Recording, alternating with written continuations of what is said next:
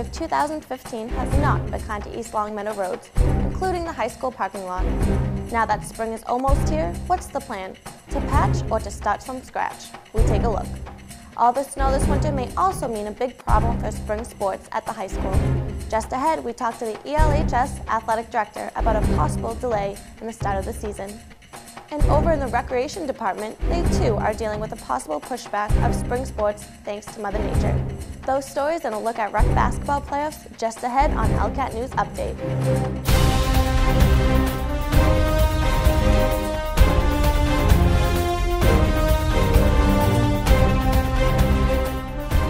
Good evening, I'm Rebecca Green. We begin tonight with more fallout from this harsh winter. It's no secret that the roads in East Longmeadow have taken a beating. With spring just days away, the East Longmeadow DPW is waiting to see if the warmer temperatures will help cool down the frosties all over town. The high school parking lot is no exception. Our parking lot's in pretty tough shape right now. We've had quite a few issues with, people popping tires. Even as most recently as Friday last week, a student had his suspension messed up. So it's been a tough run with the parking lot just from the frost heaves and the potholes, and it's been taking a beating over the years, especially this year, and it's something that we definitely have to look at getting replaced, hopefully soon. Paige says the DPW does what it can to keep up with the potholes, but since he's been working at the high school, he says no major repairs have been done. I've been working here for 10 years. Nothing's been done within the last 10 in terms of any real major repairs or fixes. I mean, every year they do come in and they try to patch where they can. And when I say they, it's the DPW. And they also do fill in some of the potholes, but it's kind of getting to the point where we do need probably a new parking lot in the next few years. But replacing the entire parking lot would no doubt come with a hefty price tag. So where would the money come from? So it's actually not out of the school budget. It would actually go to capital. It's part of the capital planning process, and it would be something the town would look at in collaboration with the school administration and the DPW in terms of prioritizing projects and which ones they're going to hit each year. So it's something that we've had on there for a few years, and it's hopefully something we can get hit soon. But I mean, there's a lot of priorities that the town does want to get worked on, so I understand, it does take time to get these things done. For its part, the DPW says once the warmer temperatures have arrived and the frost heaves hopefully settle down, then they will prioritize what roads and parking lots need attention first. We do have potholes in a number of our streets, and we do repair them as they come up. We can't do permanent repairs until springtime, until the asphalt plants open or reopen, and we can make the long-term repairs. Paige says it's a tough road all the way around, but gives the DPW credit for all they've done over this winter to keep the school clear. They're great. Every time we've had snow days this year, they've kept our parking lots clear. They've kept the roads clear. There's been times where, we weren't sure if we were going to have a delay or cancellation, but they've been able to get the roads in the parking lots cleared for the kids to get here on time, and we've been able to have days of school. So they've been great for us all winter. And considering the elements and how tough it's been, we're really appreciative of all they've done for us. From keeping the roads clear to calling off school, Paige says it's been a tricky winter.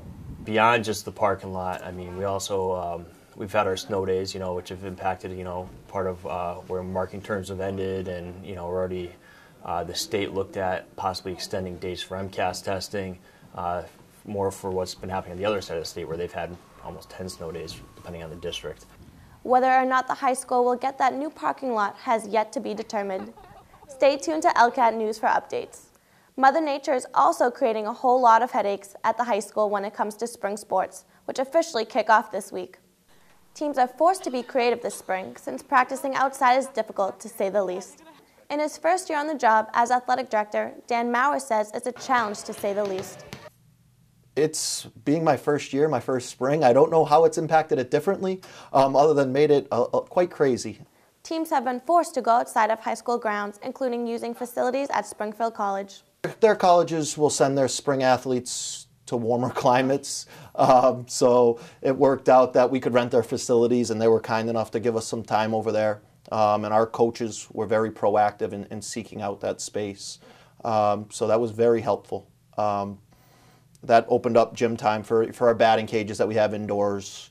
And then obviously our indoor sports like volleyball and things like that. It gives them time to really try and prepare as best we can. The real challenge will be scheduling games, which are supposed to start on March 26.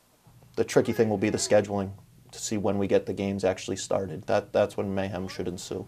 We're lucky. I mean, you know, just because we do have an all-purpose field out there, like some other facilities like West Springfield and things like that, that we might get outside a little earlier actually. But games, we tend to schedule, for example, our lacrosse games at home earlier in the season because we're more likely to get out there on time.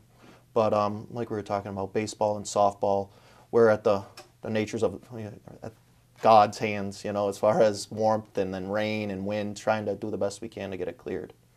Mauer says with sports like lacrosse, schools with turf fields will likely host first. But for the next week or so at least, as far as practice is concerned, sacrifices will have to be made. We're just going to have to sort of endure. Obviously, it's going to be inconvenient. You know, our baseball team, for example, they're going to be practicing until 9 o'clock every night this week. You know, I mean, that's not convenient for the kids. It's not convenient for the players, or the coaches rather, with people with families. But it's how we've managed to work together to just try and make the best of a bad situation. As for the turf, several tricks have been tried. Mauer says to try and speed up the melting process. We've tried some different things. I spoke with some other colleges. You know, there was some experiments there's some trash barrels out there now with some experiments to try and warm up the rubber pellets underneath. That backfired, so that was a waste of a Saturday. But through speaking to some other schools, you know, further north than us, our rec department said that black tarps manage to work. They do trap the heat and will cause the snow to melt. I was apprehensive because really melting the top, it didn't make a lot of sense. It would absorb the heat, but I didn't imagine it'd cause so much melt. But it seems like that works. So that's our next experiment. We'll see how it goes. Schedules will be hammered out over the next week. Stay tuned. As you can imagine, the East Longmeadow Rec Department is also dealing with getting its spring sports off the ground. Unfortunately, the Rec Department has already changed their starting date for recreational spring sports. My start date initially is always April 15th. That's the goal. But this year we're hoping to be on the fields for April 24th. We hope it doesn't push into May. Some of the sports like baseball, softball that use a dirt infield, you know, those will be mud. So that'll maybe push into May. What it means for us is that practice time will be kind of reduced, and what we'll do is put more games in. Rec Director Colin Jury brings us up to speed about spring and summer recreational sports. Spring registration deadline has come and gone, but luckily, Jury says there still are some openings. So our deadlines have passed for many sports, but some they haven't. You know, our goal is to, because baseball usually starts a little later because of the mud aspect of the fields, that those are still ongoing for baseball and softball. Boys lacrosse for our second, third, and fourth grade league. That's still going, and currently we're still taking for our older grades as well. So we try to be as lenient and as flexible as possible, and as long as we've registered enough teams for the amount of players that we can take, then we'll just keep taking them. The goal is to, you know, no child left behind. Jumping ahead towards summer, the Rec Department has a few new programs residents may be interested in. Our summer flyer is going to go out at the end of this month. We're actually in a meeting this afternoon to finalize what we're going to have.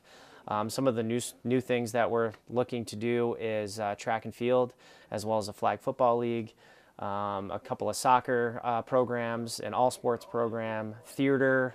So we're trying to add a whole bunch of new things. The registration process is, you know, the basic paper way. So you can come in, fill out the paper, and we'll take it from there. Or you can go onto our new system called Rec Desk, and you just go to the town website, go to recreation, go to the portal. And once you click into the portal, many people already have an account. You can create an account like you would on Amazon.com, put the programs into your cart, attach your kids' names, hit go, put in your credit card, all set. So we're trying to make things as easy as possible for the family on the go. Jury says do not hesitate to register for summer programs as they fill up quickly.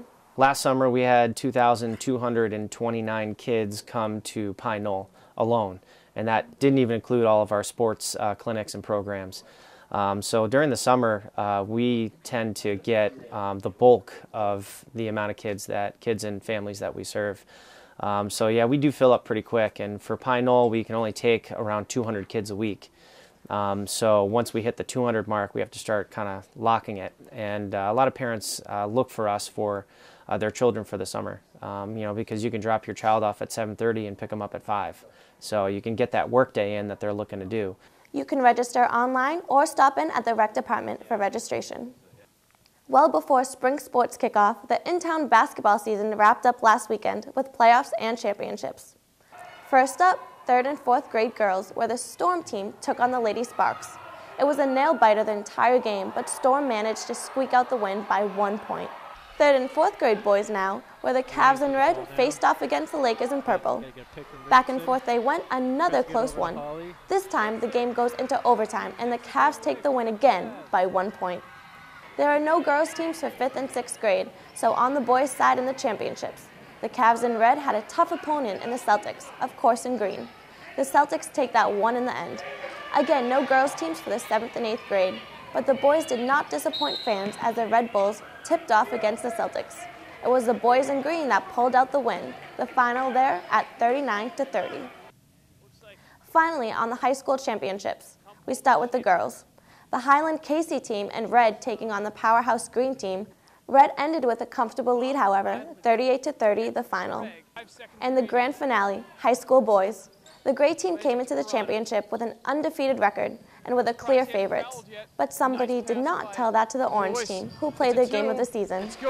They were on fire, especially Captain Matt Domenico, who led the way with 28 points. The final, orange 57, gray 48.